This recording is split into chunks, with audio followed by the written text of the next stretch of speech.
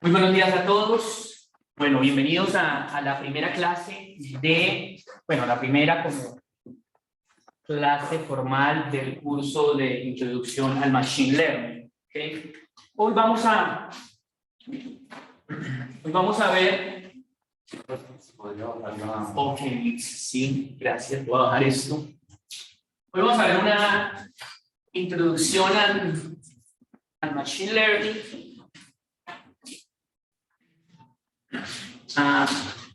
Aunque este curso es un curso acerca de Deep Learning, Deep Learning es una subcategoría del Machine Learning. Entonces, digamos que esa es la razón por la cual empezamos el curso viendo un poquito una introducción del Machine Learning.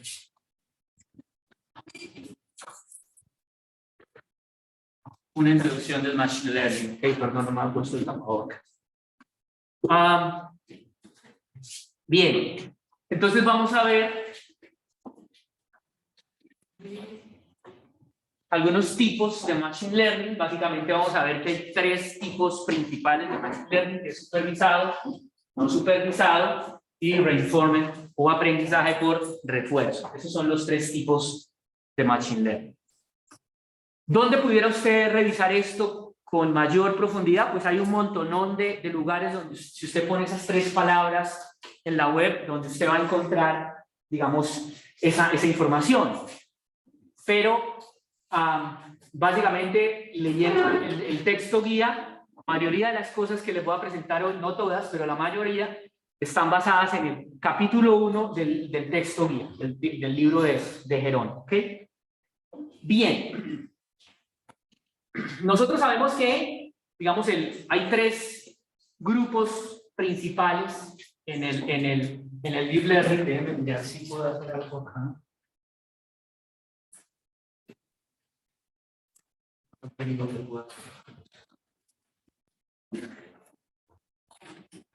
Entonces tenemos por un lado la inteligencia artificial, ¿cierto? Por un lado tenemos la inteligencia artificial, que, digamos, son algoritmos que tratan de aprender y razonar como lo hacen los humanos. Siendo honesto, el tema de la definición de la inteligencia artificial todavía es un tema muy abstracto, diría yo. De hecho, hay algunos teóricos que dicen que no existe tal cosa como la inteligencia artificial. ¿Okay? Entonces, lo que sí ya estamos de acuerdo, o sí están de acuerdo los académicos, es acerca del Machine Learning, que son algoritmos con la habilidad de aprender sin la necesidad de que se les diga explícitamente qué hay que hacer. Es un algoritmo que busca desarrollar una tarea sin que yo le diga explícitamente lo que tiene que hacer. Vamos a mirar que esos algoritmos aprenden básicamente algo que se llama la experiencia. ¿Ok? Y el Deep Learning es un subgrupo del Machine Learning que lo que busca es... todos ustedes tienen tapabocas, estamos un poquito lejitos, me voy a quitar el tapabocas para poder escuchar mejor la voz que me quedo sin aire también. ¿Fue qué pena? ¿Usted está compartiendo diapositivas? Sí. Es que no se ven acá.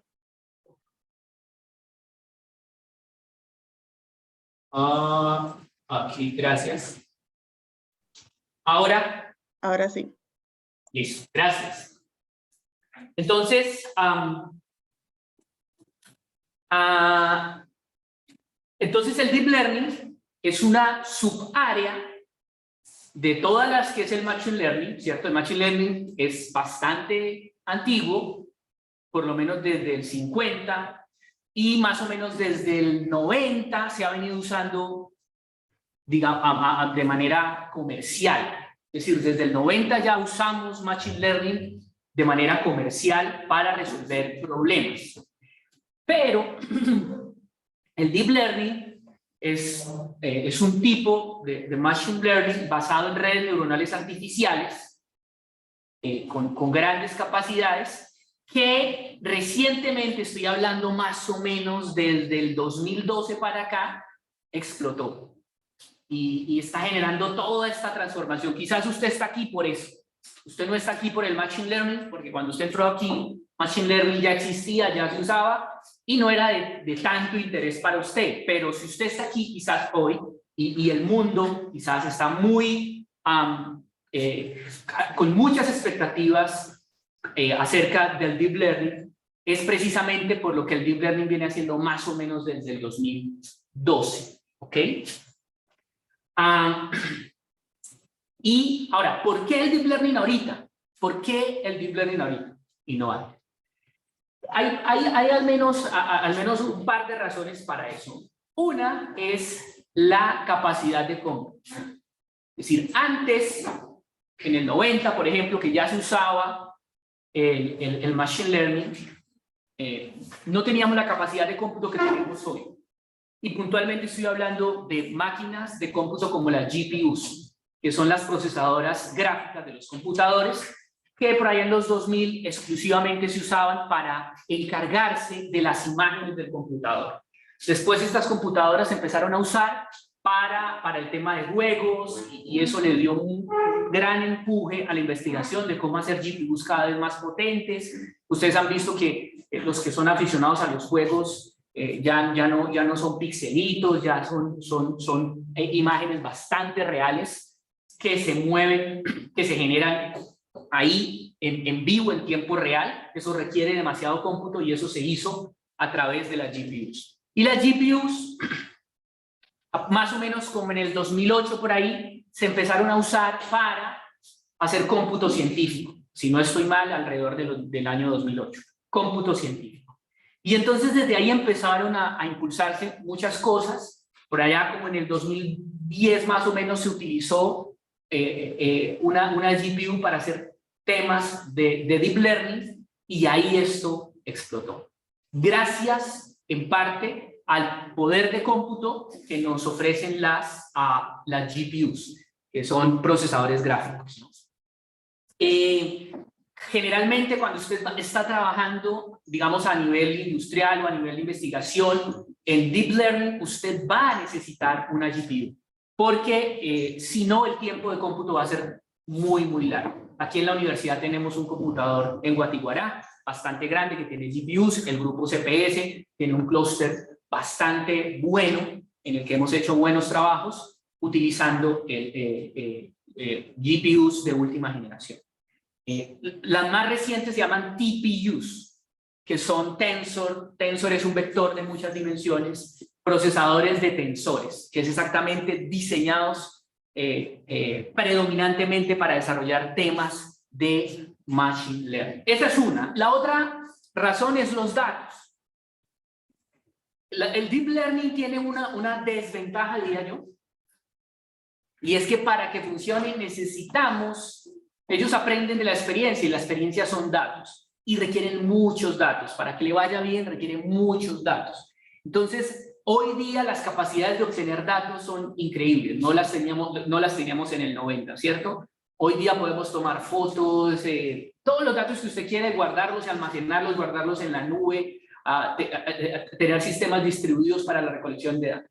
Principalmente, esas dos razones han impulsado todo el auge que tiene el Deep Learning hoy día. Y adicionalmente a que con el tiempo se han venido solucionando problemas algorítmicos importantes. Por allá en el 89 se desarrolló el algoritmo backpropagation, que lo vamos a ver acá, que fue un algoritmo, un hito, porque permitió precisamente el nacimiento, diría yo, de lo que es el Deep Learning. Backpropagation es un algoritmo que permite entrenar redes neuronales profundas, se llama backpropagation.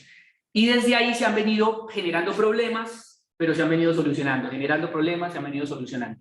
Entonces, esas tres cosas, diría yo, son las que han ayudado al impulso del Deep Learning. ¿Bien?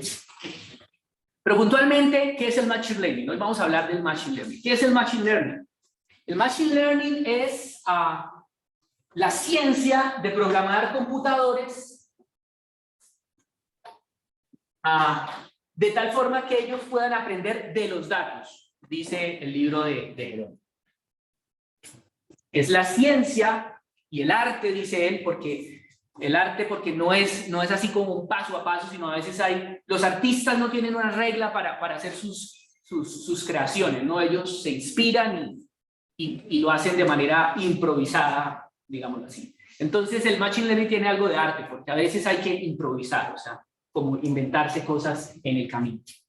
De programar computadores de tal forma que ellos puedan aprender de los datos, ¿no? Esa es una definición. Otra definición pudiera ser: el Machine Learning es el campo de estudio que da a los computadores la habilidad de aprender sin ser explícitamente programados. Que el computador pueda aprender a ejecutar una tarea, hacer algo, sin que yo le tenga que decir el paso a paso de lo que debe hacer. Esa es otra definición. Hay una un poco más técnica, mucho más técnica, que fue propuesta en el 97, y es que dice que el Machine Learning es cuando un programa, un algoritmo, aprende de la experiencia E, vamos a llamarla experiencia E, con respecto a una tarea T, para desarrollar algún rendimiento P. Entonces se dice que hay Machine Learning si el rendimiento de ese programa en la tarea que tiene que desarrollar, medido a través de el rendimiento P, mejora con la experiencia. Grises que vamos ahí, ¿sí o no? Vamos a mirarlo un poquito con un ejemplo. Vamos a poner tal vez el primer algoritmo que se utilizó comercialmente y que nos ha ayudado muchísimo. Hoy se ha mejorado muchísimo, muchísimo. Industrialmente es el algoritmo que identifica el spam. ¿Cuántos de ustedes le dan gracias a Dios por ese algoritmo en Google, ¿no? Que le filtra. Usted ha visto la capacidad que tiene para clasificar lo que son foros, de lo que son propaganda, de lo que son los emails importantes. ¿Cuán importantes son esos algoritmos hoy día? Si se dan cuenta, por lo menos a mí me llegan cientos de correos hoy y perdería muchos, dejaría de leer muchos correos importantes si Google no hubiera desarrollado esos algoritmos de clasificación de emails, ¿ok? Y esto se viene desarrollando con éxito desde el 90, imagínate, desde el año 90 se viene desarrollando esto. Bien. Entonces vamos a decir que tenemos que decir cuál es la tarea T, cuál es la experiencia E y cuál es el rendimiento. Quiero que aquí me ayuden. Vamos a hacer esto participativo. ¿Cuál creen ustedes que en un sistema de identificar emails que son spam, ¿cierto? ¿Cuál creen ustedes que es la tarea? Clasificar. Muy bien. La tarea es: tomo un email y lo clasifico como no spam o como spam, ¿cierto? Si lo mando a la carpeta de spam o no lo mando a la carpeta de spam. Muy bien, ¿cuál es su nombre? Cara. ¿Karen? Karen. Entonces, clasificar emails, ¿ok? Ponerles una banderita de ¿es spam o no es spam? ¿Qué llamaremos la experiencia? Muy bien, ¿los qué? Los ejemplos. La experiencia es que yo tengo que diseñar un algoritmo. Aquí vamos a aprender a diseñar uno de los muchos que hay, pero nos vamos a enfocar en uno, en tres, pero puntualmente, bueno, es decir, en tres tipos de algoritmos que lo vamos a entrenar. Y ese va a aprender de ejemplos. Entonces, básicamente, lo que nosotros vamos a hacer es que nosotros vamos a diseñar nuestro algoritmo. Por ahora no nos interesa, vamos a decir un algoritmo al que yo le voy a ingresar un email. ¿Ustedes están viendo mi tablero, Silvia? Sí, profe, sí se ve. Listo, gracias. Entonces, yo le voy a ingresar un email. Ese email no es otra cosa que un texto, ¿cierto? Pero ese texto no es otra cosa que unas palabras, ¿cierto?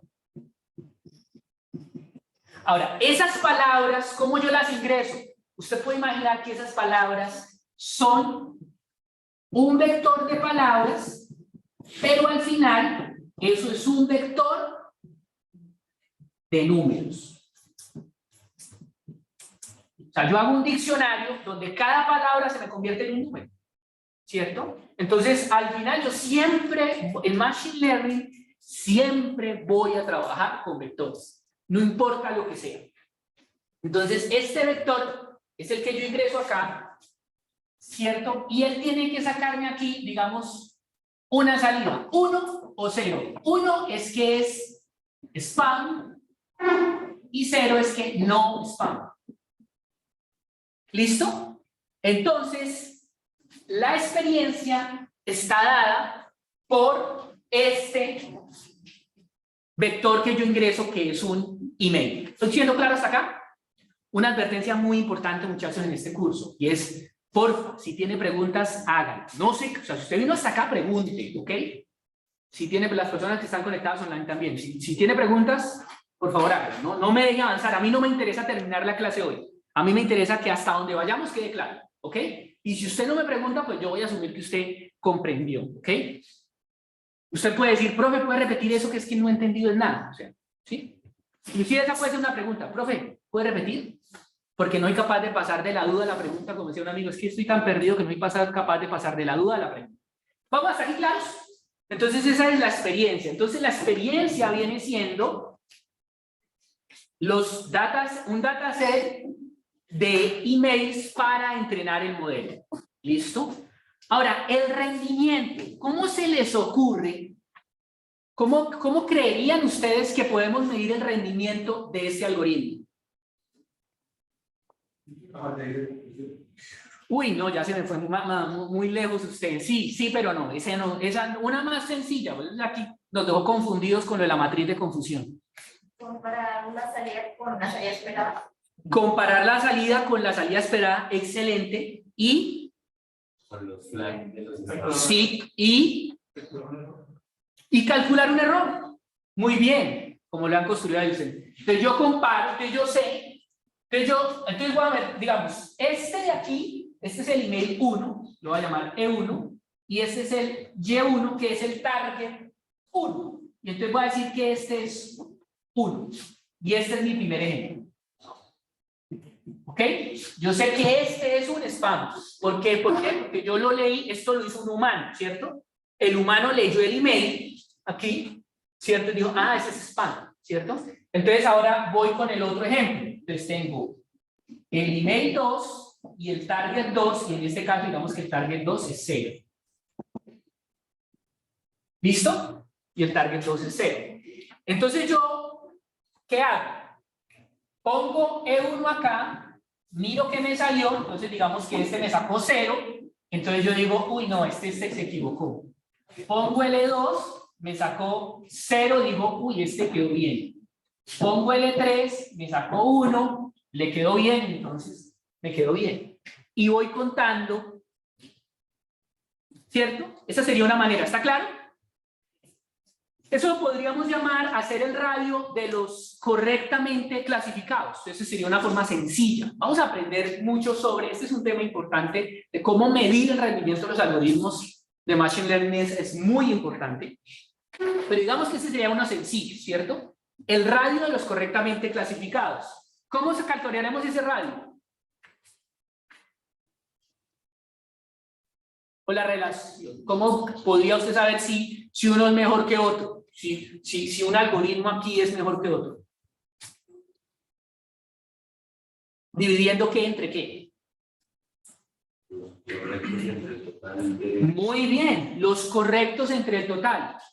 Eso sería el rendimiento, lo que llamamos aquí P, ¿cierto? Entonces fíjese que de manera general, un algoritmo de Machine Learning tiene una tarea, ¿cierto?, que debe desarrollar, la cual debe mejorar a través de la experiencia con respecto a un nivel de rendimiento que yo decía. ¿Claro? ¿Sí? Bien. Muy bien. Ahora, ¿por qué utilizar Machine Learning? El Machine Learning no es una solución a todos los problemas. El Machine Learning es la solución a cierto tipo de problemas. ¿Bien? Entonces, sigamos con nuestra tarea.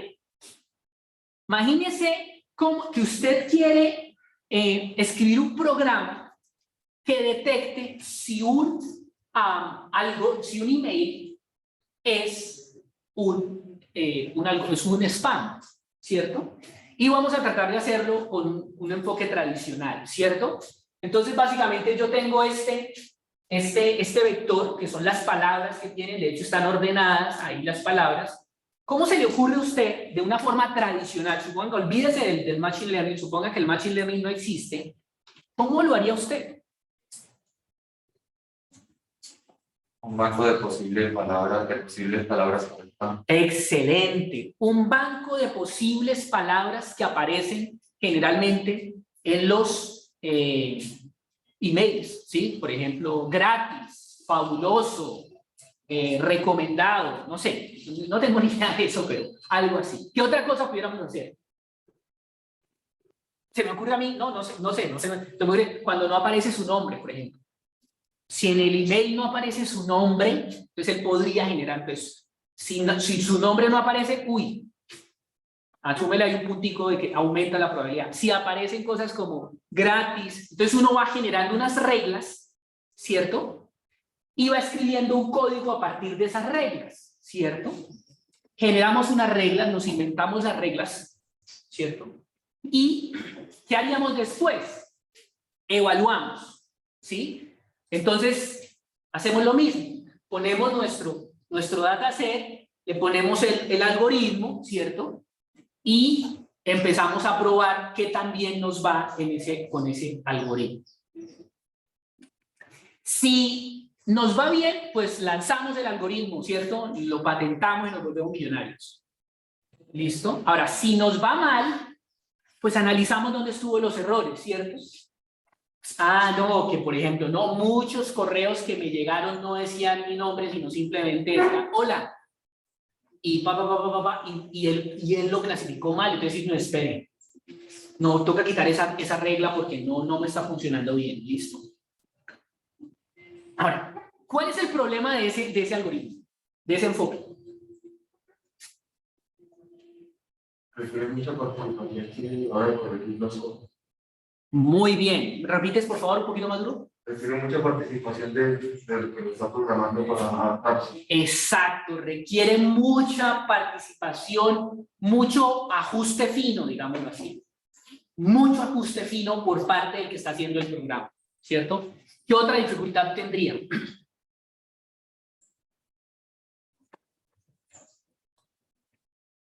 Una dificultad que uno puede llegar a enfrentar en un tipo de problema como ese es que esa lista de reglas se le puede hacer muy larga.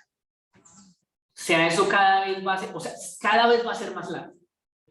Porque es de, mire, si hay algunos que dicen su nombre, pero no sé qué, y si dice la palabra, este tipo de palabra, entonces la regla, no, mire, si aparece el nombre, pero aparece esto, sí, pero si aparece el nombre, aparece esto, no. Y empieza uno a hacer un montón de cosas ahí que la lista se le va convirtiendo muy larga y se le vuelve inmanejable, ¿no?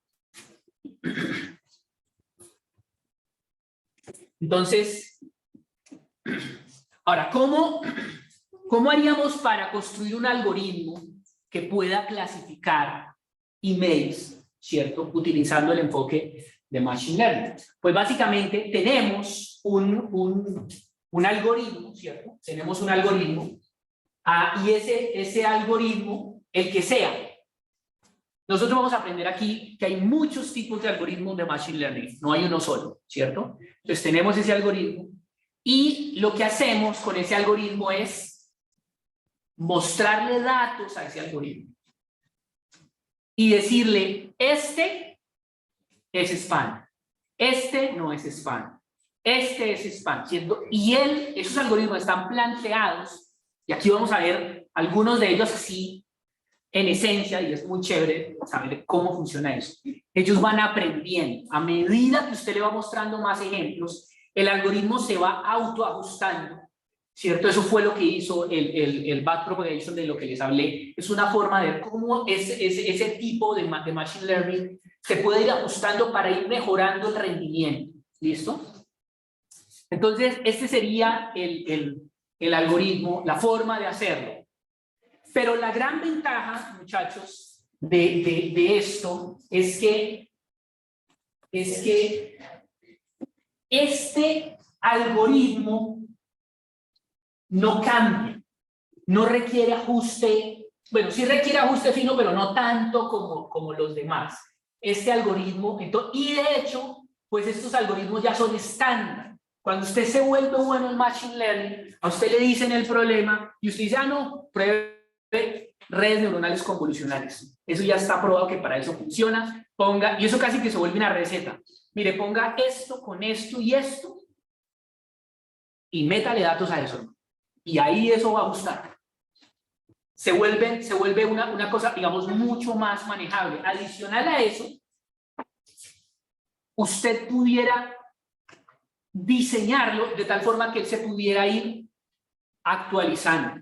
Porque el tema de las reglas es que, por ejemplo, si el que genera los spam analiza el tema, se da cuenta cómo están haciendo las reglas, pues les hace el skip a esas reglas y pudiera, digamos, evitar el algoritmo que detecta eso. ¿Sí? Pero aquí uno pudiera ir detectando, o sea, a medida que van apareciendo nuevos spam, ¿cierto?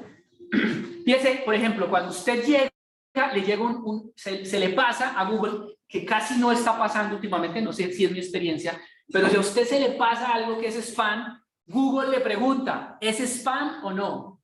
Y usted le dice spam. Y adivine qué va a hacer Google con ese algoritmo, con ese dato. Volver a meterlo en su algoritmo para entrenar y decir, hey, mire, este es uno nuevo. Entonces imagínense, Google está con la ayuda de los usuarios mejorando constantemente su algoritmo y no tiene que hacer nada. Simplemente volver a iterar, pero no tiene que, digamos, enfocarse en el algoritmo de Machine Learning como tal. No hay necesidad de enfocarse en el algoritmo. ¿Vamos claros hasta acá? Preguntas. ¿Está todo claro? No sé si haya preguntas hasta acá. ¿Cuál sería una cantidad buena de datos para crear una red neuronal? ¿Cuál sería una buena cantidad de datos para entrenar una red neuronal?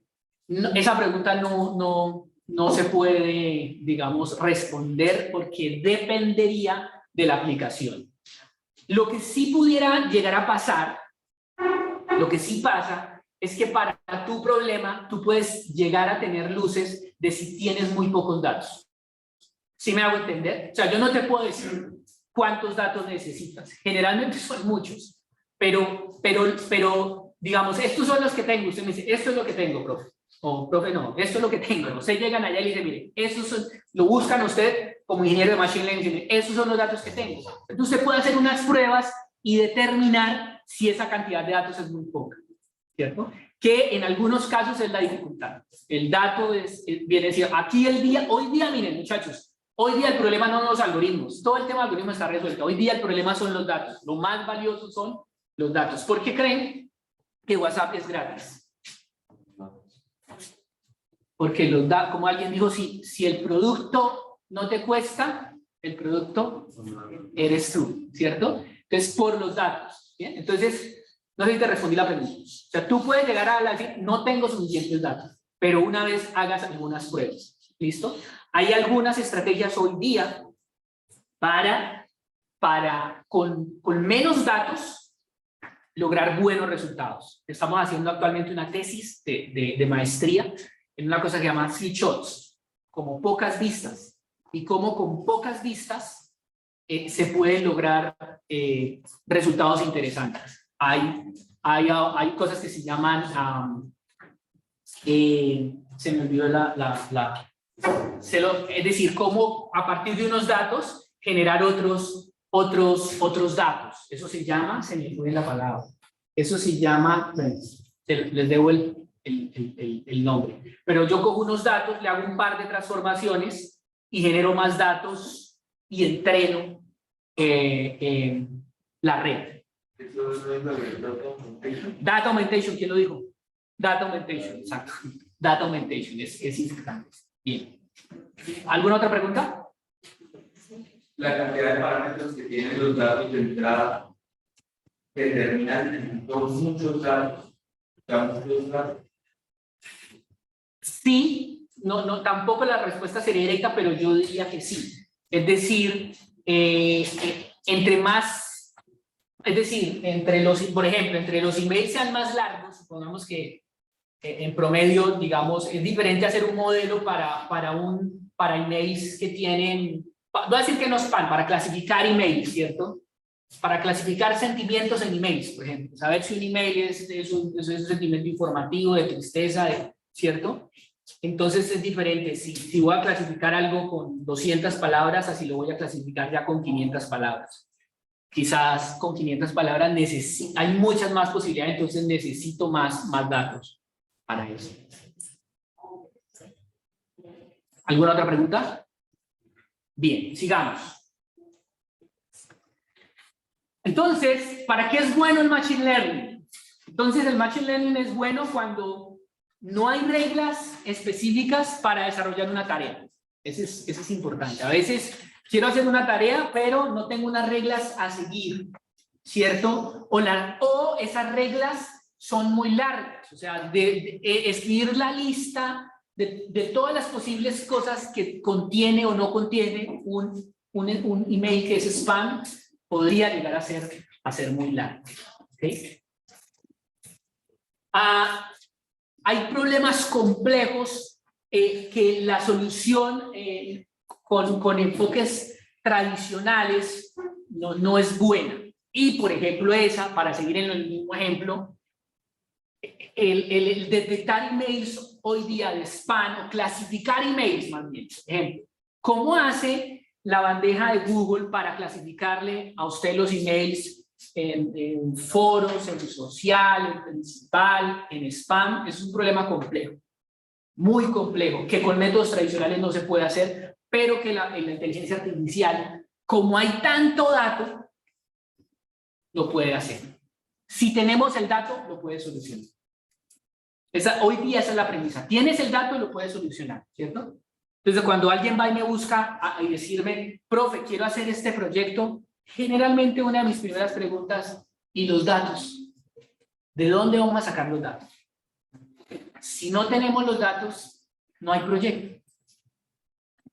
Porque aquí lo importante son los datos. Es cuando estamos en ambientes que cambian mucho, ¿cierto? Entonces, estamos haciendo un modelado de este sistema y entonces este sistema yo lo puedo modelar mediante ecuaciones diferenciales, ¿cierto? Mediante ecuaciones diferenciales por métodos finitos, y entonces estudio cómo hacer ese modelado, que es un método tradicional, ¿cierto? Y algo cambia en el sistema porque tuvimos que adaptarlo para esta nueva situación. Qué sé yo, un sistema para no sé, de amortiguamiento de algún tipo de sistema en una empresa, ¿cierto? Entonces lo modelamos con ecuaciones diferenciales, sacamos los estados finitos, hacemos el modelamiento. Pero resulta que la empresa abre un nuevo campo, una nueva área, hay un nuevo producto, entonces tenemos que volver a estudiar el problema, volver a plantear la ecuación diferencial, las cosas cambian y todo hay que cambiar. En cambio aquí no, cambió el sistema, cambiaron los datos, simplemente vuelvo y entreno con los nuevos datos y no tengo que enfrentarme mucho a eso. O inclusive puedo decir, mira, este enfoque de Machine Learning ya no me sirve, voy a usar este otro, pero eso es estándar, yo no tengo que descubrir la rueda. Simplemente me saqué de máquinas de soporte vectorial, me fui a una red neuronal y pruebo cómo me va con las máquinas de soporte vectorial y cómo me va con las redes neuronales, pero simplemente es cambiar, entrenar con nuevos datos. También es bueno cuando tenemos demasiados datos de problemas complejos y eso nos puede dar luces, ¿cierto? Por ejemplo, nosotros estamos interesados en ver cómo en las señales cardíacas del corazón pueden hablarnos acerca del futuro de la persona, por ejemplo.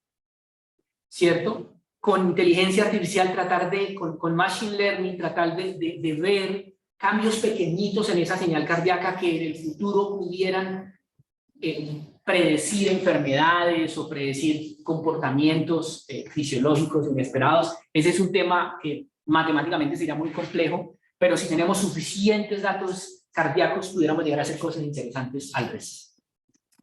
¿Listo? Bien. Espero que esté claro para qué sirve el Machine Learning, ¿sí? Preguntas. ¿Alguna de esas le genera duda? ¿No? Bien. Vamos a mirar los tipos de Machine Learning. Hay principalmente... No, este no es semi-supervised. Tengo un error acá. Semi-supervised es uno que está ahí entre la mitad, pero no lo vamos a ver.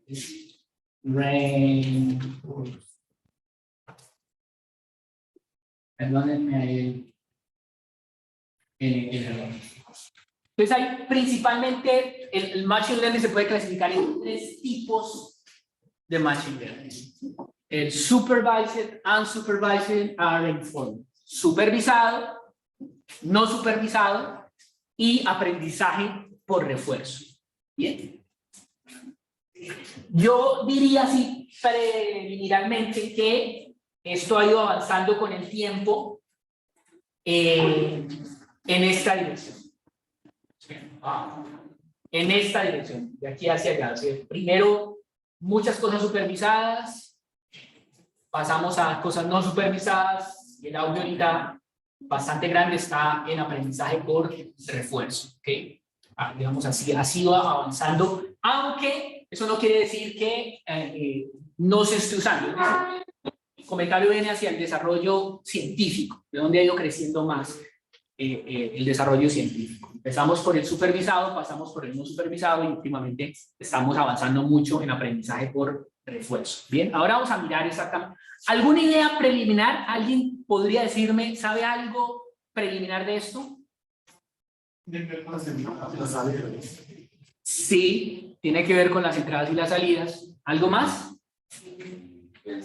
Supervisados cuando yo conozco los emails, cuál es spam y cuál no es spam. Conozco los labels, muy bien. Pero supervisados cuando tengo muy pocos labels o no tengo labels. No tengo labels, muy bien. El reinforcement es cuando tengo flags, como tengo datos que no tienen. En las 2 primeras te fue bien, en la última no tanto. Bien. ¿Alguien tiene una idea preliminar de lo que es aprendizaje por refuerzo? Utilizar lo que ya existe para estudiar algo nuevo, ¿no? Es utilizar lo que ya existe. No, dime. Da como un premio, si es una acción buena y le da como un Excelente. Es un aprendizaje por premio y castigo, más o menos, ¿sí? Sí, esa idea es más cercana a lo que es. Vamos a revisar un poquito entonces qué es eso. Entonces, en el aprendizaje supervisado, los datos de entrenamientos con los que usted alimenta su algoritmo, le dice exactamente qué es lo que yo quiero obtener. Eso se llama un label, ¿cierto? Entonces, supongamos que yo tengo unos... No olvidemos que estos son numeritos, ¿no? O sea, aquí, este de acá, este es un vector de números, y este es un 1 o un 0. En este caso sería un 0. Y este es un vector de números. Todo eso es números, ¿no? Entonces, este tiene un 0, este tiene un 1, este tiene un 1. Entonces, y tenemos dos vectores diferentes. Uno es el vector de los datos y otro es el vector de los labels, ¿no? Generalmente. Y de hecho, uno pudiera tener, digamos, más vectores. ¿Listo? Entonces, esa es como la idea acá. Entonces, la meta de ese algoritmo es que yo le ponga un nuevo email y él le ponga la etiqueta. Me le ponga un 1 o me le ponga un 0. Me le pongo un 1 si es spam o me le pongo un 0 si no es spam. ¿Listo? Pues, por ejemplo, hay una base de datos muy importante que es la CIFAR. Pues, la vamos a ver acá, así la encuentra. Generalmente, no sé si he dado cuenta, pero casi las cosas que estoy usando acá, le digo de dónde las saqué, aquí abajo. Bien. Entonces, en este caso tenemos CIFAR 10, 10 es porque hay 10 clases diferentes, entonces hay aviones, hay automóviles, hay pájaros, perros, ¿cierto? Entonces tenemos diferentes fotografías de aviones y digamos que sí, entonces aquí tengo acá un avión, ¿cierto? Este es un avión, bueno, imagínense, esto es un avión. Y acompañado con esto voy a decir que esta es la categoría 0. Tengo un carro y voy a decir que este carro es la categoría 1. Tengo un perro, un perro, y esta es la categoría 5, ¿cierto? Ahora, vuelve y juega. Este avión son números, ¿cierto? En este caso, si miramos la CIFAR,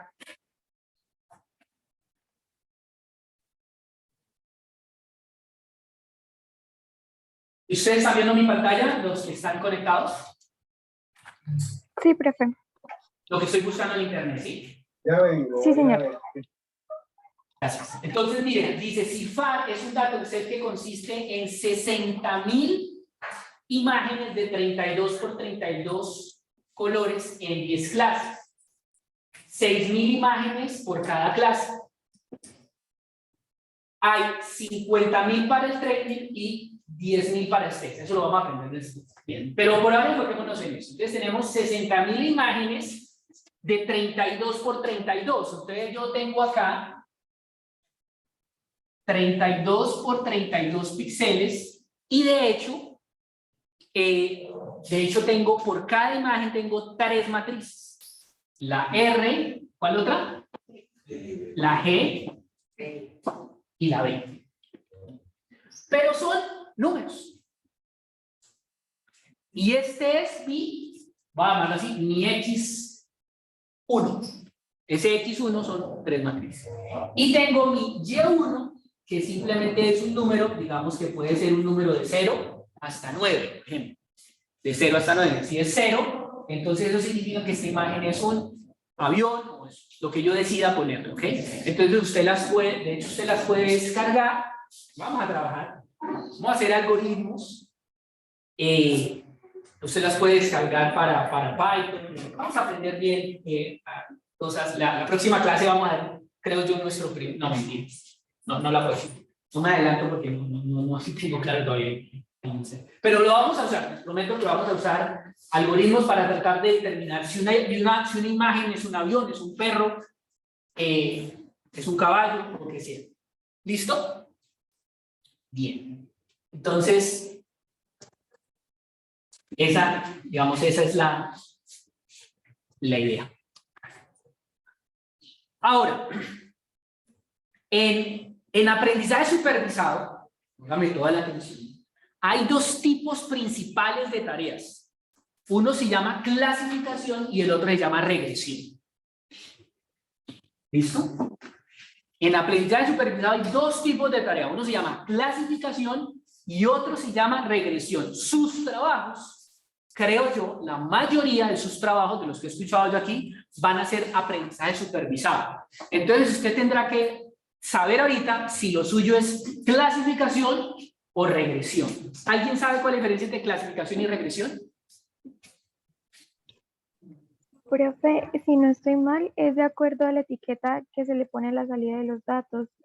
Para un caso de clasificación, es de comportamiento binario. Es decir, si la salida cumple el estado discreto, 0 o 1. Y para el caso de la progresión, es como tal ya predecir la salida, pues, para el caso continuo. Muy bien, esa es una buena definición. Cuando yo hago clasificación, el label es discreto, no solamente binario. Binario, por ejemplo, en el caso de los span, porque la salida es solo 0 o 1. Esa es una clasificación binaria. De hecho, es la primera que vamos a aprender a hacer nosotros, la clasificación binaria.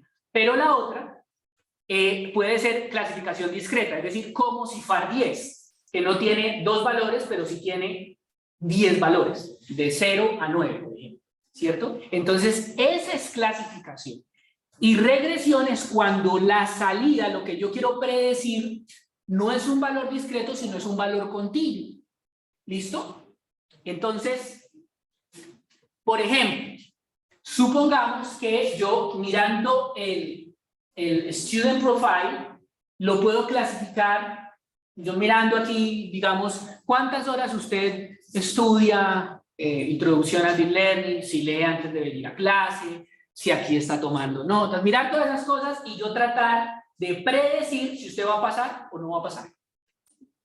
Eso es clasificación, porque la salida puede ser o 0 o 1. 0 no pasa, 1 pasa. ¿Listo? Ahora, regresión es que yo trate de determinar qué. ¿Cómo?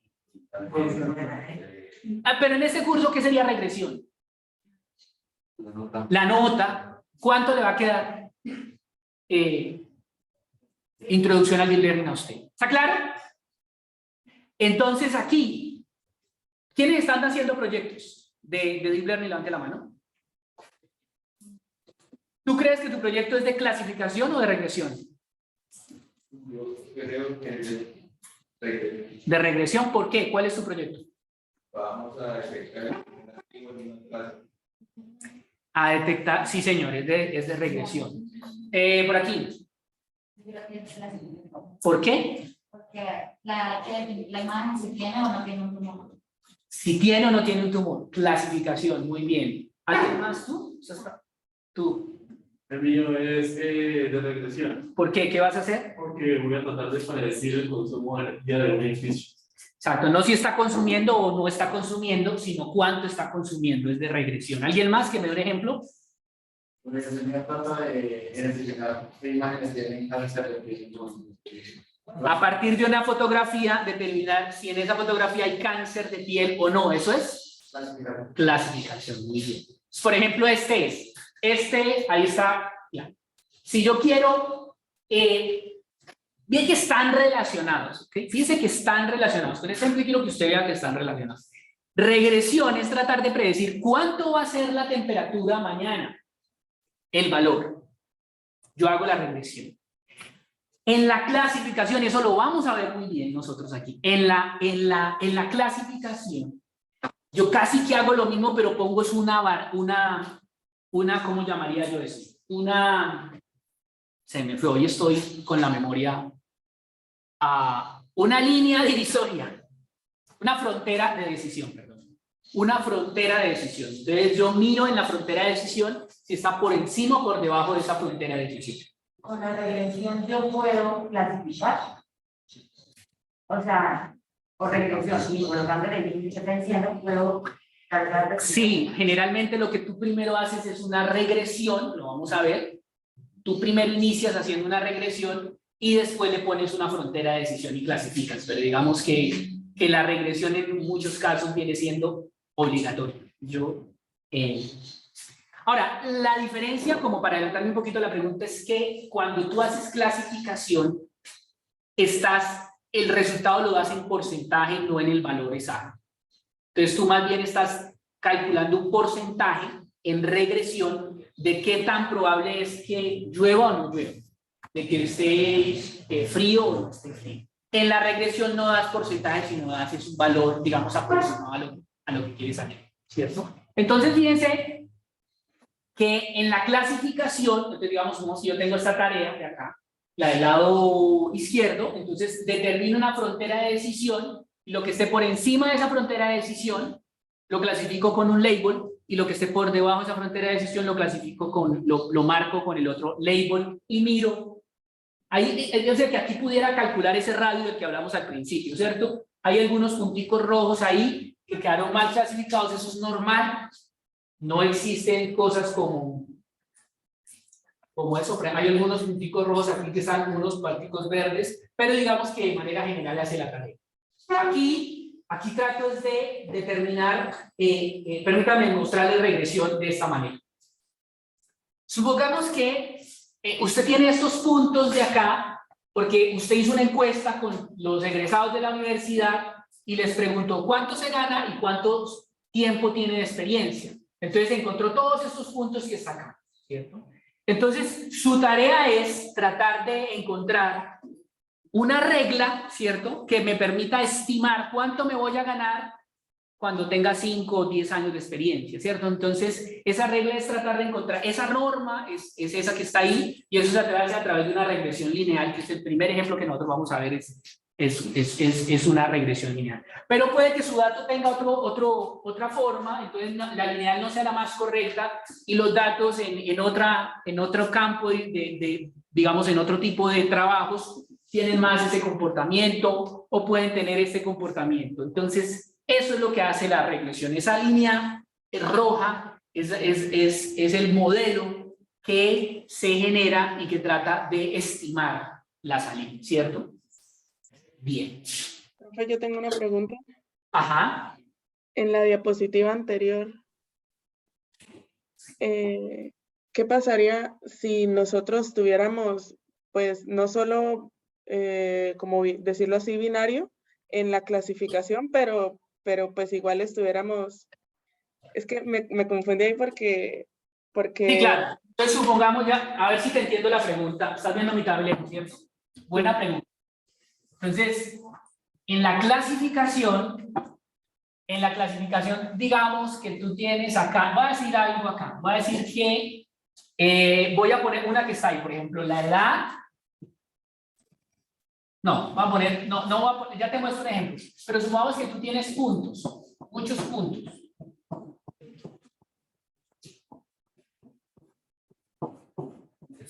Y tú los quieres clasificar de forma binaria, ¿cierto? Entonces tú, no sé, el algoritmo encuentra que esto es así. Entonces para acá es una clase y para acá es otra clase.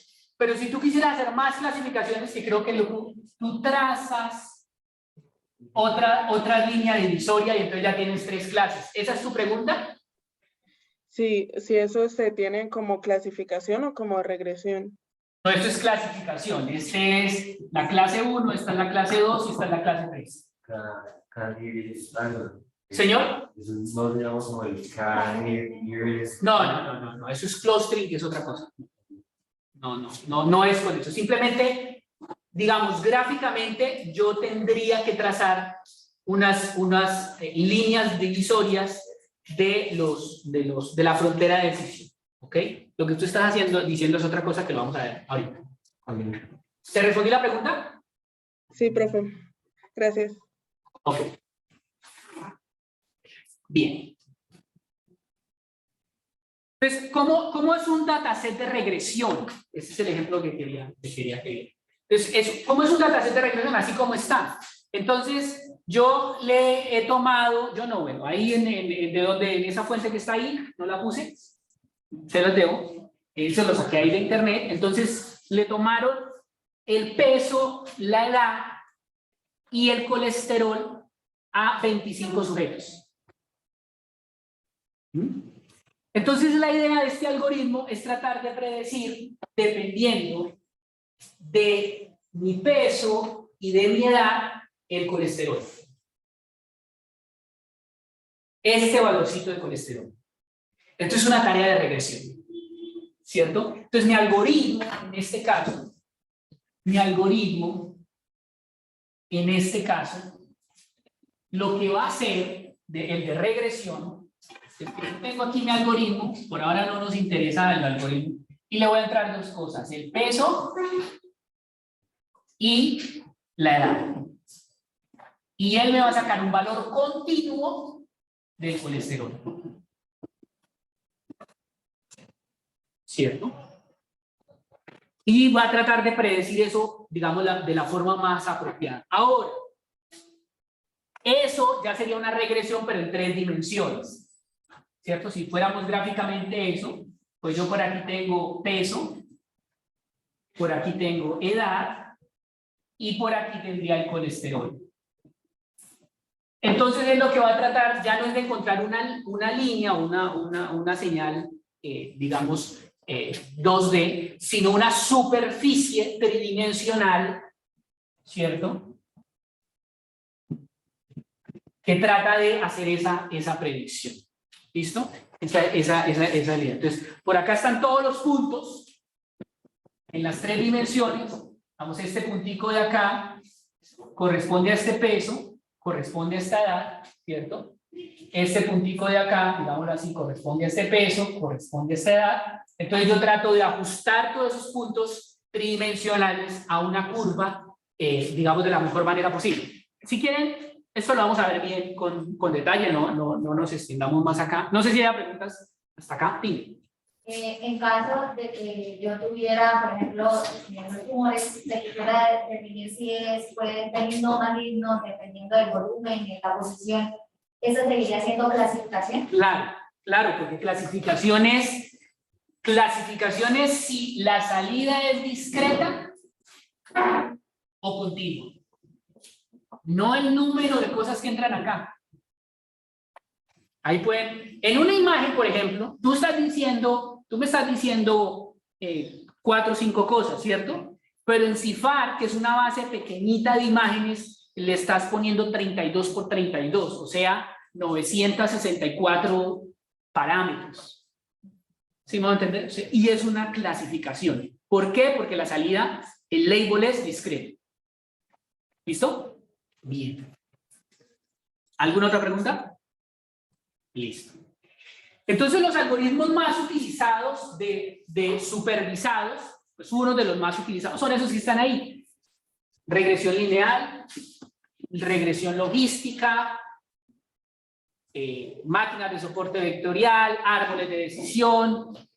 Todo, si quiere, digamos, conocer un poquito acerca de ellos, en el libro de Gerón puede tener una introducción bastante interesante, digamos, a esos algoritmos. Bien, en este curso nosotros vamos a ver la regresión lineal, la regresión logística y las redes neuronales. Quiero decirles, estuve mirando, perdí la gráfica, le iba a poner, pero estuve mirando, ¿cuál creen ustedes que fue el algoritmo de inteligencia artificial que más usó el año pasado?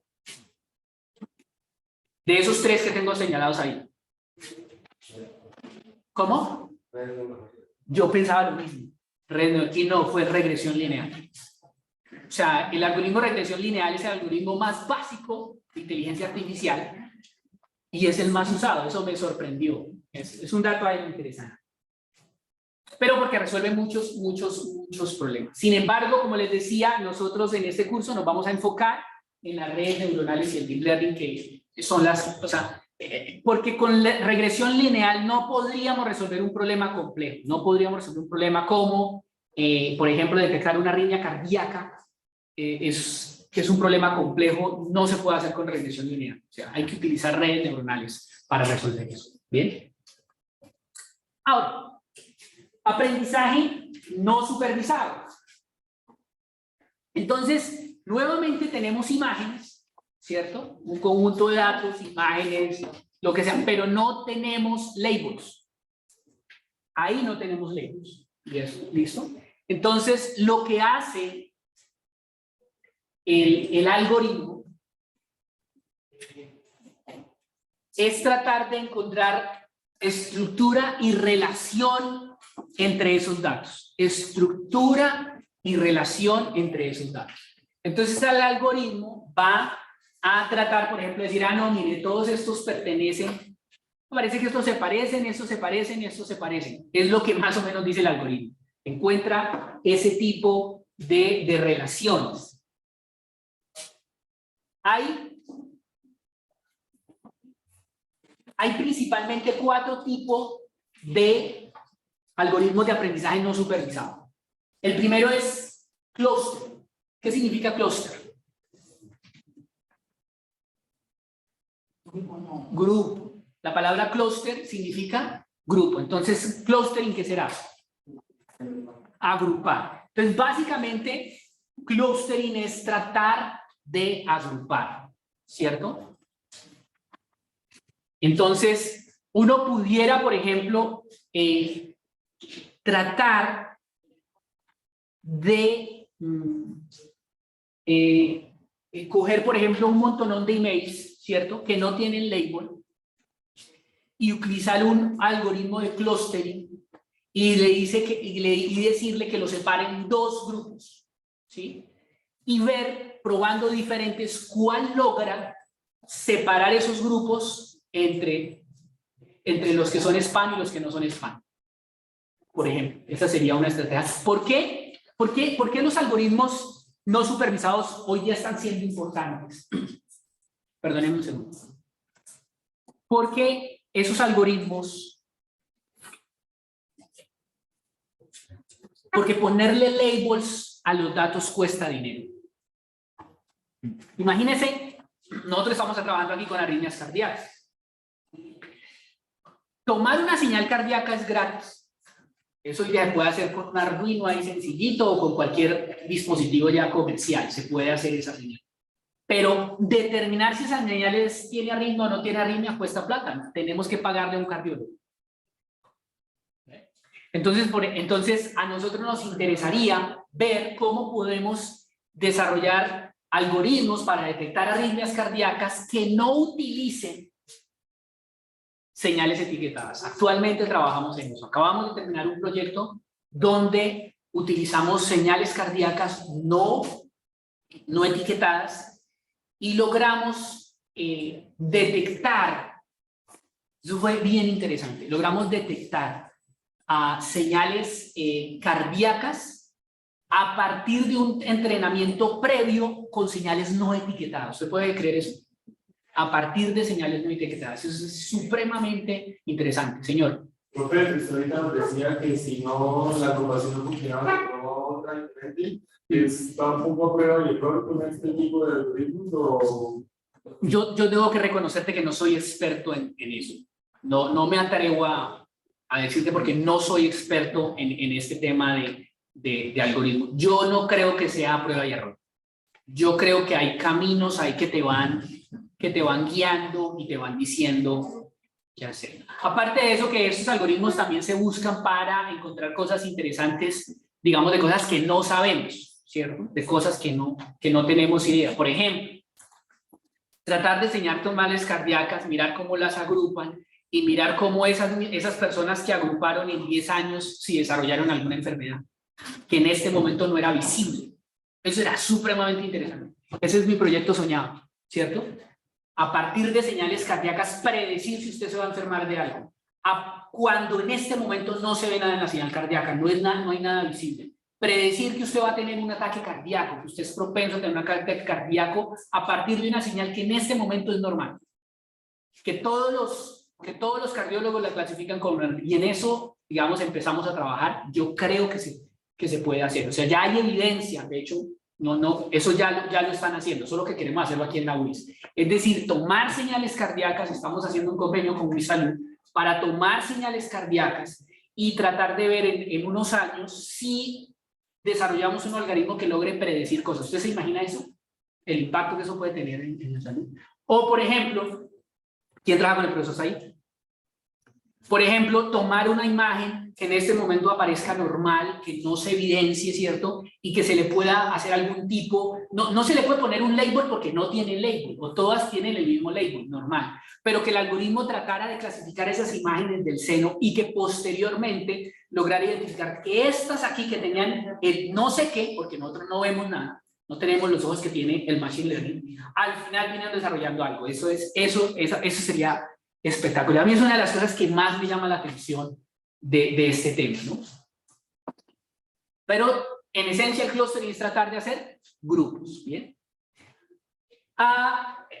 Otra cosa es anomaly detection. O sea, esto por ejemplo se usa mucho para tratar de predecir fraudes bancarios. No sé si a ustedes le han pasado que de pronto usted está haciendo una transacción y le anulan, le cancelan su tarjeta o lo llaman. ¿Sí? Es imposible que una persona esté pendiente, oiga, don Carlos nunca compra esto allí, ¿sí? Pero hay un algoritmo que mira como el comportamiento que usted tiene, el uso de sus tarjetas, y cuando hay una anomalía lo llama y le genera una alarma, y le avisa a una persona y dice, oiga, mire, llame a esta persona sobre esta transacción porque está raro. O, por ejemplo, para detectar a dispositivos defectuosos, ¿cierto? O sea, siempre los dispositivos deben tener esto, pero algo pasó, entonces esas anomalías de detección se hacen, y fíjese que ahí no hay labels. ¿Sí se fija que ahí no hay labels? Porque yo tengo una transacción, yo tengo muchas transacciones, pero no las estoy clasificando como normal o como normal, pero eso se puede hacer con clustering. Otra cosa que se puede hacer es reducción, esto ya es un poquito más, pero se puede hacer reducción de dimensionalidad. A veces tenemos un problema muy complejo, ¿cierto? Que es difícil como entenderlo por la complejidad del sistema y tratamos de reducir la dimensión de ese problema para tratar de entenderlo. Estamos revisando un problema de la predicción del uso de ciertos elementos en el pavimento. Eso ya se puede hacer con unos modelos de diferencias finitas, es decir, cómo si uso este tipo de material, cuál va a ser el desempeño en el pavimento, es decir, si el pavimento va a ser bueno, no va a ser bueno, etcétera, un poco de características que se sacan desde el pavimento. Pero ese problema lo están modelando con ecuaciones diferenciales, con elementos finitos, y eso es una matemática demasiado compleja. Entonces, lo que se quiere es tratar de hacer ese modelo con un modelo de Deep Learning, que el Deep Learning simule lo que hacen las ecuaciones diferenciales, pero que nos permita como reducir la complejidad computacional de ese problema y verlo, digamos, con otros ojos. Eso es bien importante e interesante. Y otra cosa para la que se usa aprendizaje no supervisado es para la Association Rule Learning. Eso básicamente lo que asocia son reglas. Entonces, por ejemplo, se me ocurre que generalmente cuando una persona va a comprar, qué sé yo, carbón, generalmente compra chispa para prender el carbón y generalmente compra chatas. Entonces, esa información de saber de esos comportamientos le permite, por ejemplo, a la persona poner al lado del carbón la chispa y poner ahí un anuncio de 30% de descuento en chatas. Entonces la persona que no compra la carne allá, uy, vea, está barata, algo así. Es lo que usa la asociación de reglas. Bien, esto se usa mucho en temas de mercadeo. Bien, ya para finalizar, porque esta clase está muy teórica, pero teníamos que verla. Está el aprendizaje por refuerzo, ¿ok? Que tal vez es el que menos sabemos, o sea, de qué trata ese aprendizaje por refuerzo.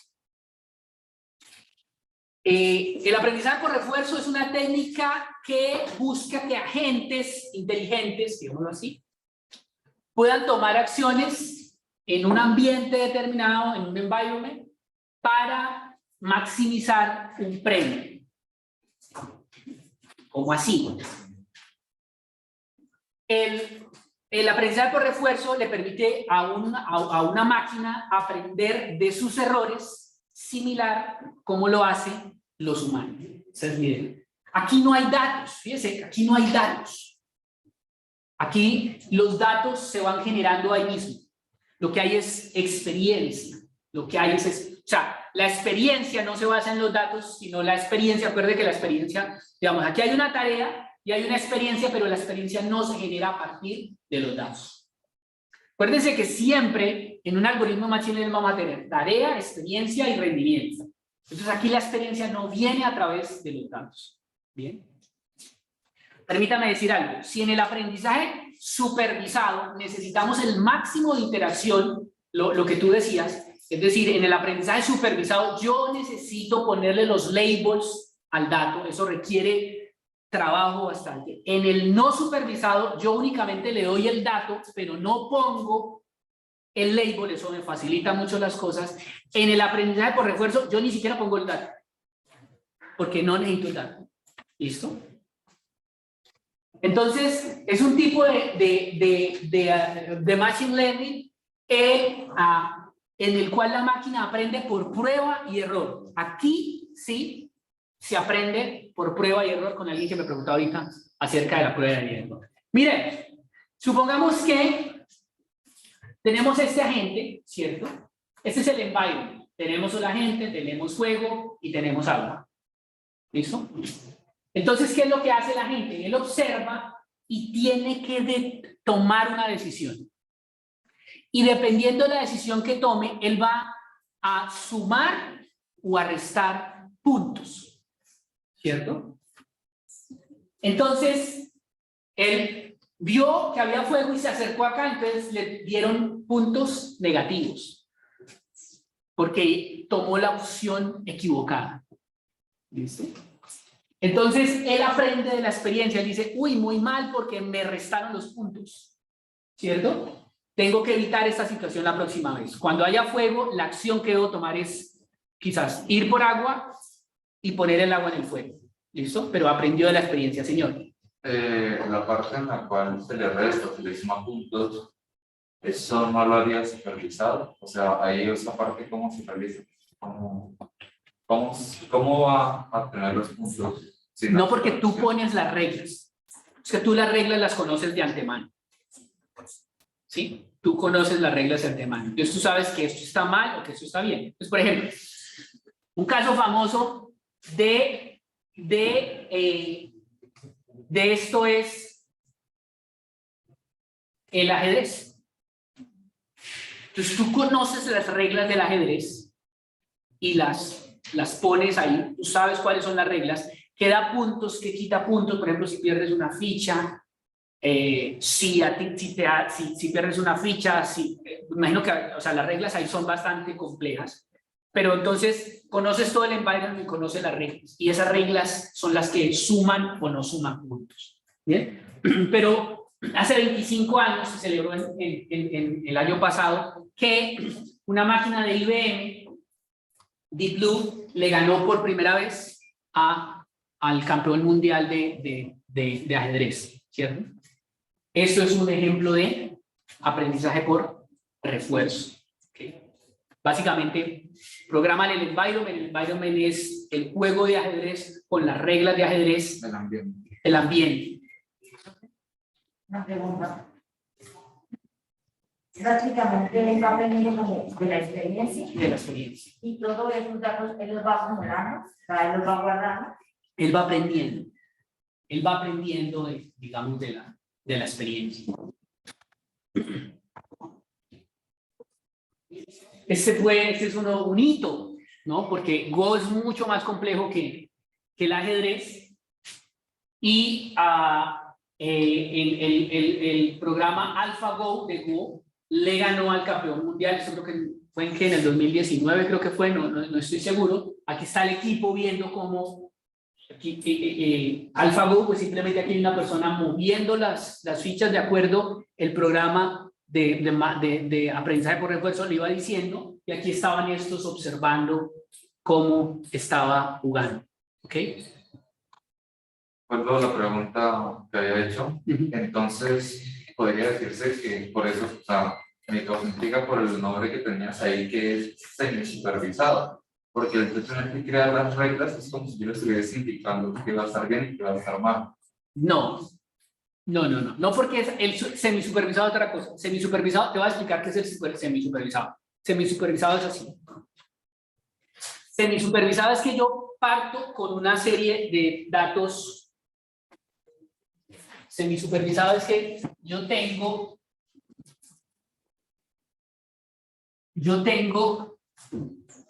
aquí está mi dataset y tengo, estos son etiquetados, o sea, estos son con label y estos son un label, o sea, no tienen label, ¿cierto? Entonces aquí tengo datos etiquetados. Lo que yo hago es que yo entreno mi modelo con estos datos, le hago un primer entrenamiento, ¿cierto? Entonces él ya aprendió alguito, o sea, ya sabe alguito, aprendió de esta experiencia. Entonces, ¿qué es lo que yo hago? Yo cojo este dato, lo meto acá y le genero un label con este dato.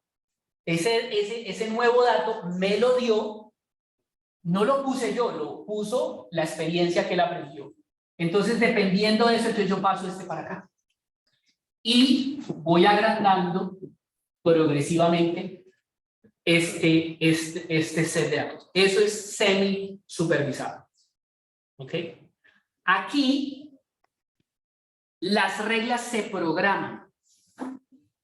¿Sí?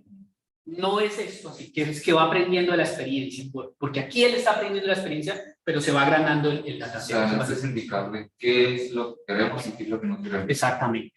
¿Qué gana? ¿Con qué gana? Es como el tablero. ¿Qué lo hace ganar y qué lo hace perder?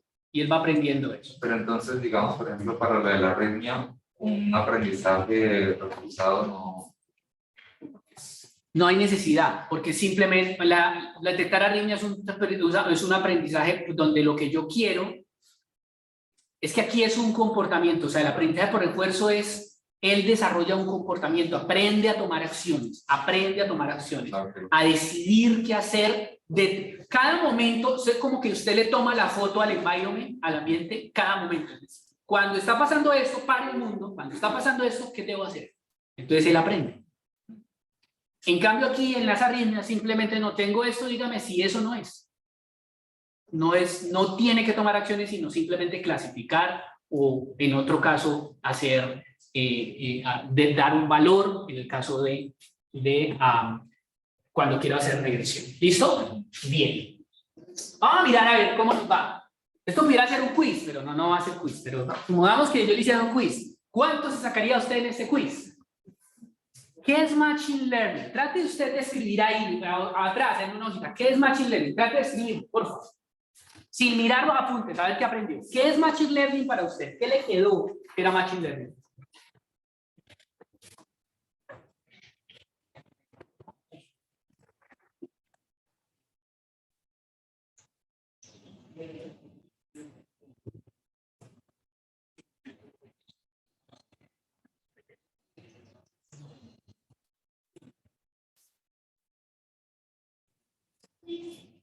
¿Listo? Entonces, habrá que responder esas preguntas sin mirar apuntes y mirar qué tal nos fue. Listo, muchísimas gracias.